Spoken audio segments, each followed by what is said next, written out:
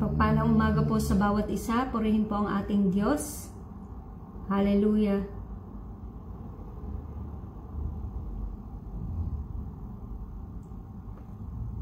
Ang ating pong morning devotion ay magmumula po dito sa Door of Faith Church, Ajman, United Arab Emirates. Muli, isa mapagpalang umaga po sa bawat isa. Nais ko pong malaman, maayos po ba yung audio ko? Malinaw po ba? Mangyari pong comment na lang po kung maayos po yung ating audio.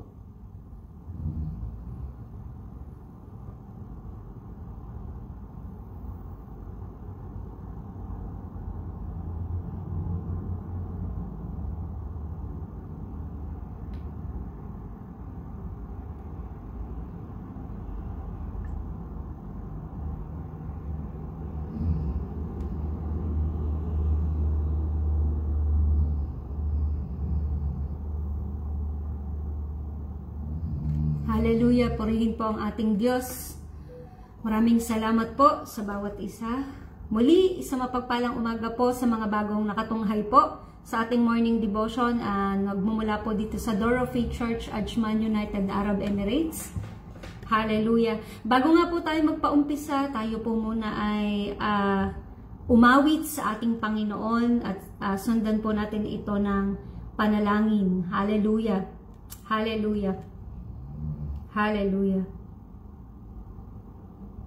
Sabayan niyo po akong umawit kung alam niyo po yung ating awitin. Hallelujah. Lord, I come into your presence, asking for your mercy and grace. Cleanse me all that is within me, that I may be worthy and holy,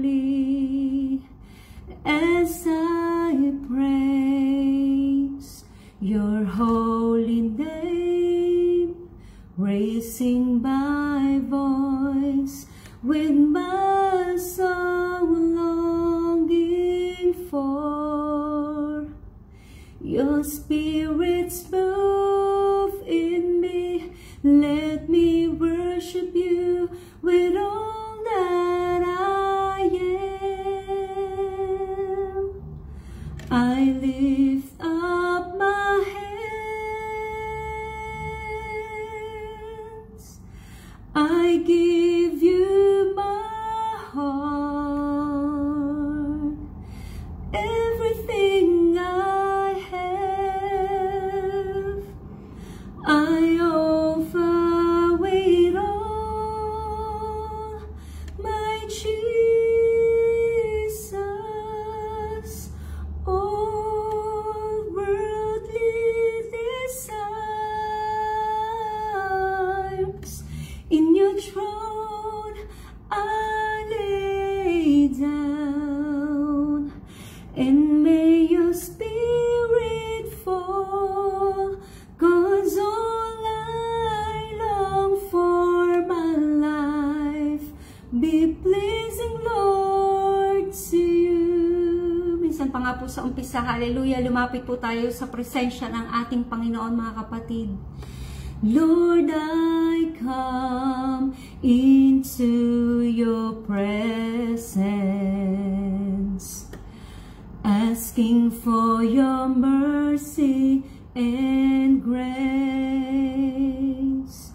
Cleanse me, all that is within me, that I may be worthy and holy, as I praise your holy name, raising my voice with my soul longing for your Spirit's move in me. Let me worship you with all that I am. Sabay-sabay po nating itaas ang ating mga kamay, mga kapatid.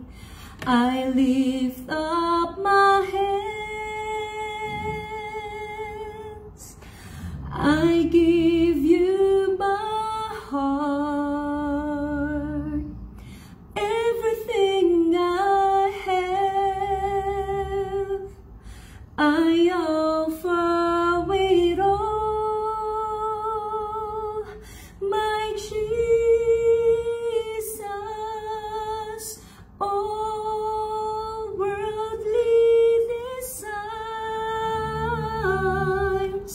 in your throne I lay down, and may your spirit fall, 'cause all I long for my life be pleasing, Lord, to you. I lift up my hands. I give you my heart. Everything I have, hallelujah, I offer it all. My Jesus, all worldly desires, in your throne I lay down, and may your spirit fall, 'cause all I long for my life be pleasing, Lord, to you. All worldly desires, in your throne I lay down, and may your spirit fall, 'cause all I long for my life be pleasing, Lord, to you. My life be pleasing, Lord, to you. Hallelujah. Hallelujah. Lord, we come into your presence, O God, sa umagang ito, Panginoon. Hallelujah. Maraming salamat, Panginoon. Muli sa isang napakagandang umaga, sa napakagandang pag-asa, Panginoon, na inyong ipinakaloob po sa buhay naming, Panginoon, sa inyong mga anak, sa bawat isa, O God. Salamat po sa pagkakataong ito na muli kami ay binigyan nyo ng pagkakataon na makapag-aral po ng inyong salita, Panginoon. Hallelujah. Salamat po sa kaligtasan, salamat sa kagalingan, salamat sa awa at biyaya nyo, Panginoon. Hallelujah. Lord, sa umagang ito kami ay lumalapit sa inyo, dumudulog po sa inyong paanan na may pagsusumamo at pagpapakumbaba, O God. Kami po ay nagpapalinis, anuman po ang aming mga karumihan, sa aming isip, sa aming salita at sa gawa, O God. Pakalinisin niyo po kami, O God, at gawin niyo po kaming karapat dapat sa inyong paanan, Panginoon. Hallelujah. Hallelujah. Lord, kayo po ay malayang makapangusap, malaya po kayo makakilos sa buhay ng bawat isa. Kayo po ang magbigay ng mensahe sa umagang ito sa bawat isa ninyong mga anak, Panginoon. Hallelujah. Langisan niyo po ang labi ng inyong lingkod na ito. Lukuban niyo po ako ng banal na spirito at banal na dugo, nang sa ganang inyong mga salita lamang po ang mamutawi sa aking labi, Panginoon. Gamitin niyo lamang po akong tungtungan ng inyong mga salita, Panginoon. And Lord, loobin niyo po na sa pagtatapos po ng aming devotion na ito ay mapagpala po ng inyong mga salita ang bawat ninyong mga anak na naririto po nakatunghay sa FB Live at ganoon din po sa mga makikinig pa po sa FB Live na ito. Lord, apart from you, wala po kaming kakayahan, wala kaming alam, kaya ang patuloy na pagsama niyo po at ang pagtulong po ng banal na spirito ang aming ninanasa, Panginoon. Hallelujah. Ito po ang aming panalangin, Ama, sa pangalan ng Panginoong Jesus, na aming Panginoong tagapagligtas at ng banal na spirito. Amen. Hallelujah. Muli, isang mapagpalang umaga po sa bawat isa. Ang ating pong morning devotion ay magmumula po dito sa Door of Faith Church, Ajman, United Arab Emirates. Hallelujah. At ang ating pong morning devotion ay magmumula po sa aklat ng Salmo, chapter 1, verses 1 to 3. Ating pong basahin ito sa ang salita ng Diyos version po. Ganito po ang sinasabi sa aklat po ng Salmo, chapter 1, verses 1 to 3. Sabi po dito sa verse 1, mapalad ang taong hindi namumuhay ayon sa payo ng masasama o sumusunod sa mali nilang halimbawa at hindi nakikisama sa mga taong nangungutya. Sa verse 2, sa halip ay nagagalak siyang sumunod sa mga aral na mula sa Panginoon at araw-gabi ito ay kanyang pinagbubulay-bulayan. Sa verse 3, ang katulad niya ay isang punong kahoy na itinanim sa tabi ng sapa na namumunga sa takdang panahon at hindi nalalanta ang mga dahon. Magtatagumpay siya sa anumang kanyang ginagawa. Amen. Salamat po sa salita ng ating Panginoon. Ang ating pong morning devotion ay pinamagatan ko po na bearing fruit in every season. Ano po? So sa context po na ito pang mga kapatid sa aklat po ng Salmo chapter 1 verses 1 to 3, ito po ay nagsisilbing pambungad po sa buong aklat ng awit. Ano po, na nagpapakita po ng dualism ng buhay. Yung ano po yung dalawa na nagpapakita po sa ating buhay. Ang una po is yung matuwid at yung pangalawa po ay yung makasalanan. Ang sinasabi po dito na ang matuwid ay hindi lamang nakakasala kundi aktibo pong nakatuon sa Diyos na pinagyayaman ng kanyang sarili sa pamamagitan po ng salita ng Diyos at sa kalooban ng Diyos. At sa kasalukuyang panahon, ang bawat isa po ay nahaharap sa spiritual na seasons. Ano po? Ano po ito? Yung tagtuyot, yung bagyo, yung kasaganaan ng buhay, ano po? At itong Salmo chapter 1 po ay nagtuturo na ang pagiging matuwid ay hindi po nakabatay sa kondisyon ng paligid, kundi sa matibay po na ugnayan sa ating Diyos. Ano po? Isipin na lang po natin mga kapatid, may dalawang punong kahoy. Ano po? Ang unang puno ay nakatanim po sa mabato. Ano po? At ito pong punong kahoy na nakatanim sa bato or sa mabatong lugar, madali po itong matuyo sa tagtuyot at nababalot po ng mga peste. At ang pangalawang puno naman po ay nakatanim sa tabi ng ilog na kahit may bagyo, kahit tagtuyot, o malamig yung panahon, o mainit yung panahon, ito po'y patuloy na namumunga. Ano po? Para katulad din po sa buhay nating mananampalataya, ang tunay na spiritual na katatagan po ay hindi lamang panlabas na pag-iwas sa kasalanan, kundi ito po yung active na or yung consistent po sa presensya at sa salita ng ating Diyos. Ano po?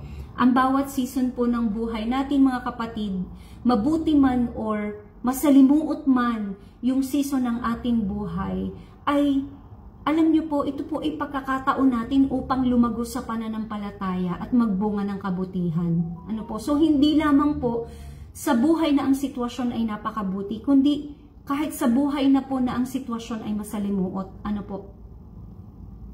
At dito po sa aklat ng Salmo chapter 1 verses 1 to 3 mga kapatid, may tatlong core pillars po ito.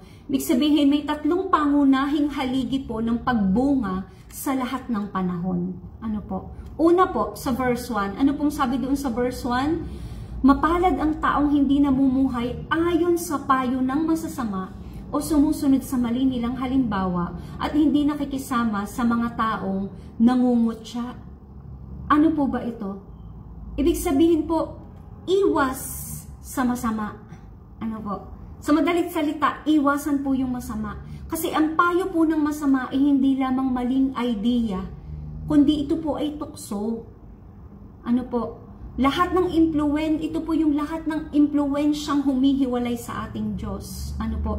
Kabilang ang mga makasariling pagpapasya, yung mga worldly ambition, yung mga negative na samahan, ano po, yung mga circle of friends natin na may mga negatibo, ano po.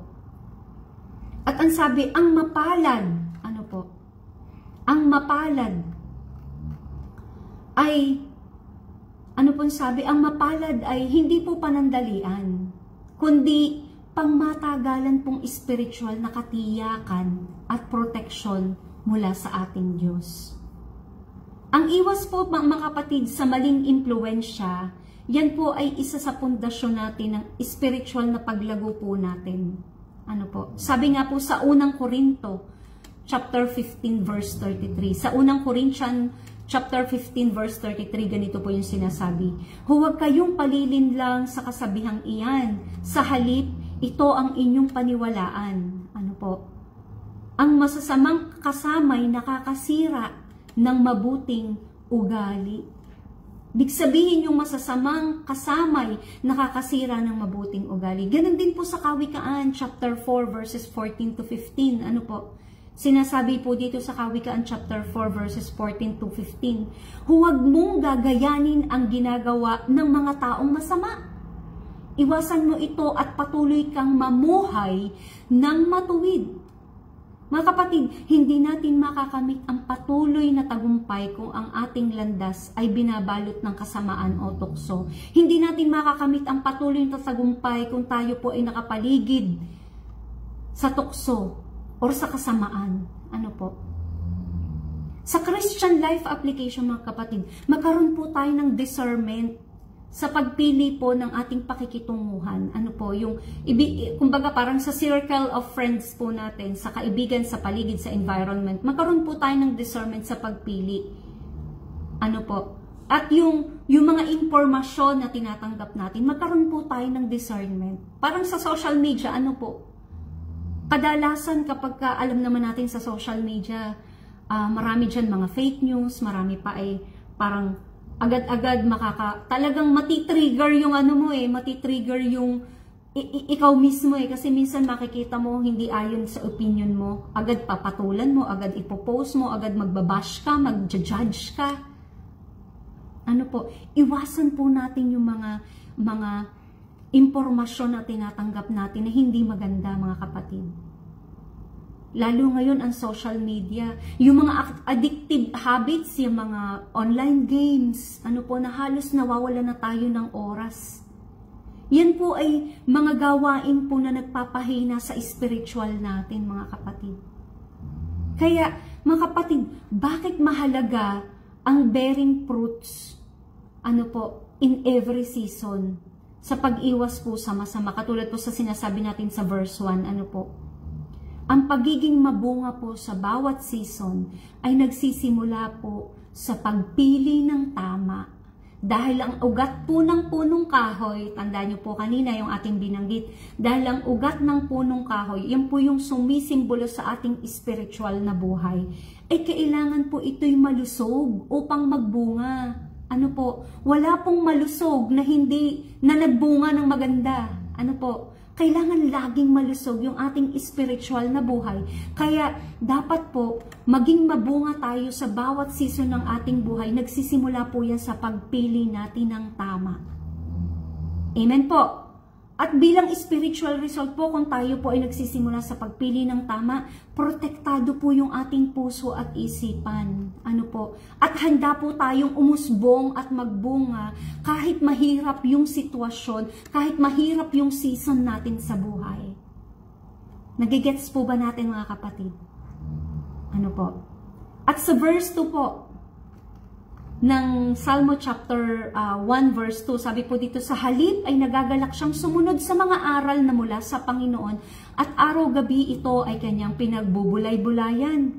Ibig sabihin, mga kapatid, pagtuon sa salita ng Diyos. Ano po? Sa madalit salita, pagtuon sa salita ng Diyos. Una po yung pagpili ng tama, ano po? Pagpili ng tama or umiwas sa masama. Yung pangalawa po ay pagtuon sa salita ng Diyos, para po makapag-bear tayo ng fruits in every season. Ano po? Ang puso at isipan po natin ay, ang puso at isipan ng matuwid po ay hindi basta nakatuon lang sa Diyos sa oras ng problema.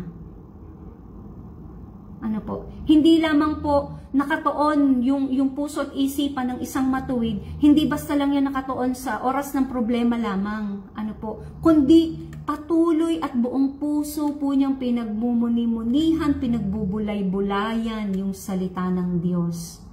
Sabi nga, sa araw at gabi. Ibig sabihin po, sumisimbolo yung araw at gabi, simbolo po yan ng walang patid na pagninilay-nilay. Yung prayer, yung pagpapasako po natin sa kalooban ng Diyos. isang buhay po na pinapatnubayan ng banal na Espiritu. Yung pagbubulay-bulay po ng salita ng Diyos, nagbibigay po yan ng direksyon. Nagbibigay yan ng protection at lakas upang magtagumpay po tayo sa anumang season ng ating buhay. Sabi nga po sa aklat ng Josue chapter 1 verse 8, huwag mong kalimutang basahin ang aklat ng kautusan.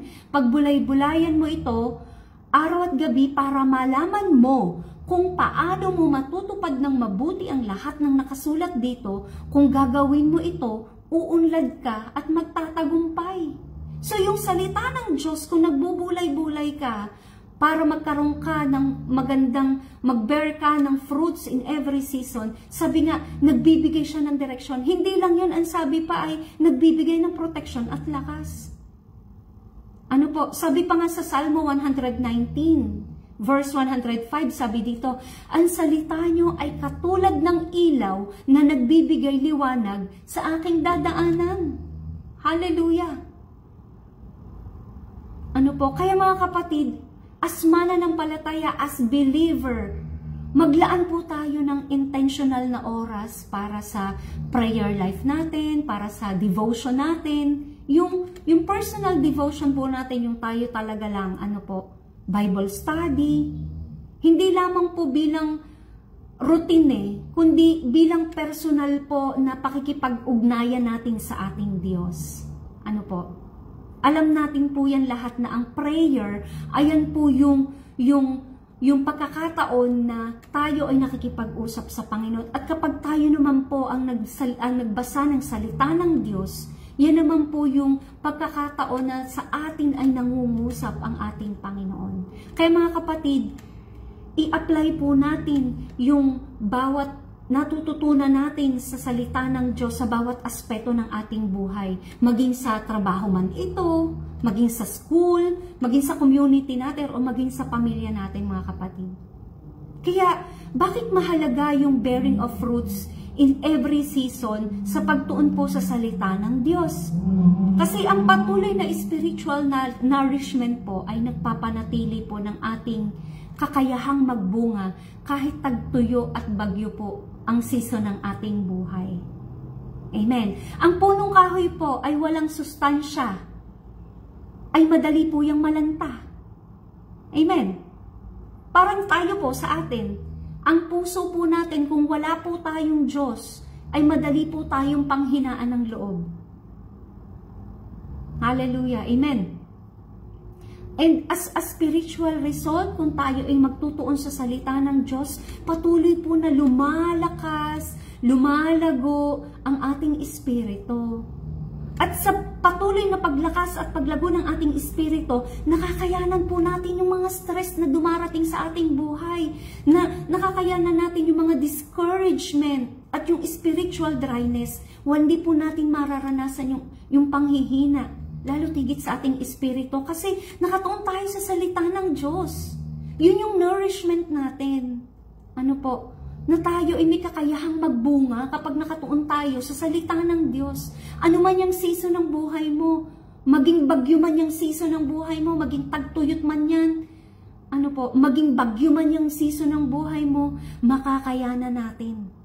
Dahil nakatuon tayo sa salita ng Diyos. Amen.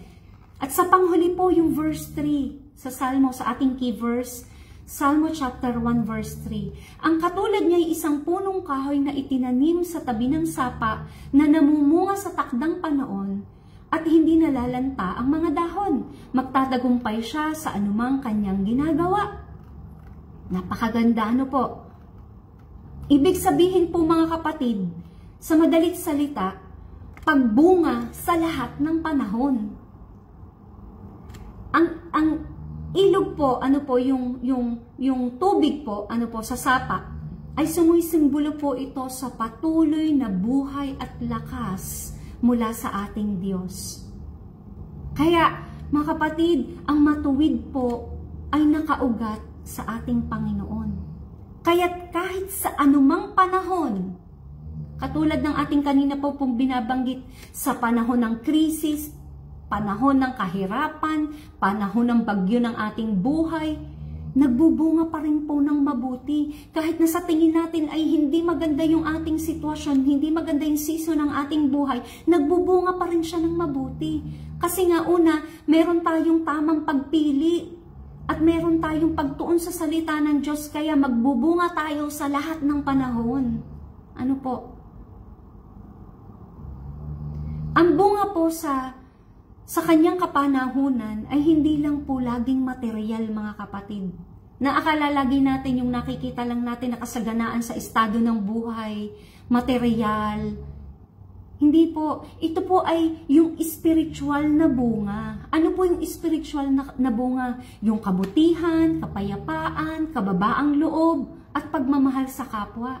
Sabi nga po sa aklat ng Galatia, chapter 5, verses 22 to 23, alam nating lahat yan. Sabi dito, ngunit ito ang bungang makikita sa taong namumuhay sa kapangyarihan ng banal na spirito. Ano-ano po yun? Pag-ibig, kagalakan, kapayapaan, pagtitiis, kabutihan, kagandahang loob, katapatan, kahinahunan, at pagpipigil sa sarili. Kung ganito ang pamumuhay natin, hindi natin malalabag ang mga utos ng Diyos. Amen. Mga kapatid, ang tunay na tagumpay ay nakabatay po sa pagtitiwala sa Diyos at pagsunod sa kanyang kalooban. Hindi po sa sitwasyon, hindi po sa tagumpay ng mundo, hindi po sa sitwasyon natin dito sa mundo, mga kapatid. Sabi nga po sa John 15:5, ako ang puno ng ubas at kayo ang aking mga sanga. Ang taong nananatili sa akin at ako rin sa kanya ay mamumunga ng marami, sapagkat wala kayong magagawa kung hiwalay kayo sa akin. Kaya mga kapatid, magpatuloy tayo sa mabubuting gawa kahit maliit man yan. Kahit walang nakakakita, maging sa pamilya, sa trabaho, sa church, sa community natin. At yung consistency po at pagtitiis ay nagbubunga po ng katibayan ng presensya ng Diyos sa ating buhay. Ano po? At bakit mahalaga po sa pag-bear po ng fruits, ano po, ng every season, ano po, o yung pagbunga sa lahat ng panahon, mahalaga po yan dahil ang bearing fruit in every season ay nagbibigay kabuhay tanaw at inspirasyon po sa iba. Na nagpapakita po ito, kung makikita po ito ng iba, nagpapakita po ito ng patuloy na biyaya ng Diyos at nagsisilbi po itong patotoo ng ating pananampalataya sa lahat ng panahon. Pag sinabi pong lahat ng panahon, anumang sitwasyon yan, anumang klase ng season yan. Ano po? At kung may pagbunga po tayo sa lahat ng panahon as a spiritual result, paglago po at patuloy na blessing sa atin at sa iba. At ito po yung patotoo ng presensya at biyaya ng Diyos. Hallelujah. Alam niyo po mga kapatid, sa kapanahon na natin ngayon, yung hamon ngayon sa atin, hindi man sa atin pero kadalasan na nakikita nating hamon dito po sa bearing fruit in every season. Alam niyo po, napakalaki po ng impluwensya ng social media, yung mga maling impluwensya, ano po. Lalo tigit yung stress, yung depression at anxiety, yung pagod na, yung sabi nila pagod na ako, yung discouragement, yung procrastination, mga kapatid, ano po. Yan po yung mga hamon sa atin para makapag-bear po tayo ng fruit or makapamunga tayo sa lahat ng Panginoon. Pero as mananampalataya, katulad nga po ng ating key verse sa Salmo chapter 1 verses 1 to 3, una po dapat meron tayong tamang pagpili, una pa lang. Pangalawa, dapat po tayo ay nakatuon sa salita ng Diyos. At sa pangatlo, may pagbunga po tayo sa lahat ng Panginoon, sa lahat ng panahon.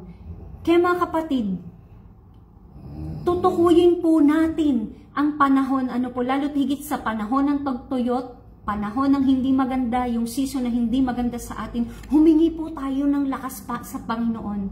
Tumuon tayo sa salita ng Diyos at patuloy po tayong mag-ugat sa Kanya sa pamamagitan po ng prayer, sa pamamagitan ng pagde-devotion, at sa pamamagitan po ng fellowship, mga kapatid. Hallelujah. Alam niyo po, katulad po ng pangako ng Diyos sa atin sa umagang ito mula po sa kanyang mensahe, ang pangako niya po, nasa verse 3 ng Salmo 1. Sabi niya dito, sa Salmo chapter 1 verse 3, ang katulad niya isang punong kahoy na itinanim sa tabi ng sapa, na namumunga sa takdang panahon at hindi nalalanta ang mga dahon. Magtatagumpay siya sa anumang kanyang ginagawa.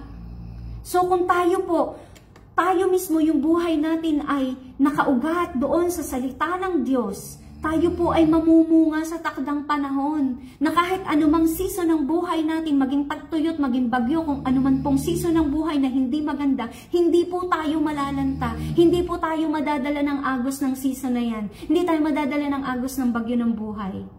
Ano po? At ang sabi, magtatagumpay tayo sa anumang ating gagawin. Ano po? Kaya kahit may bagyo, tagtuyot, ang Diyos po ang nagbibigay sustansya. Ang Diyos po ang nagbibigay ng lakas. Ang Diyos po ang nagbibigay ng tagumpay sa mga nananatili sa Kanya. Ano po? Tagumpay po ay higit pa sa material na bagay.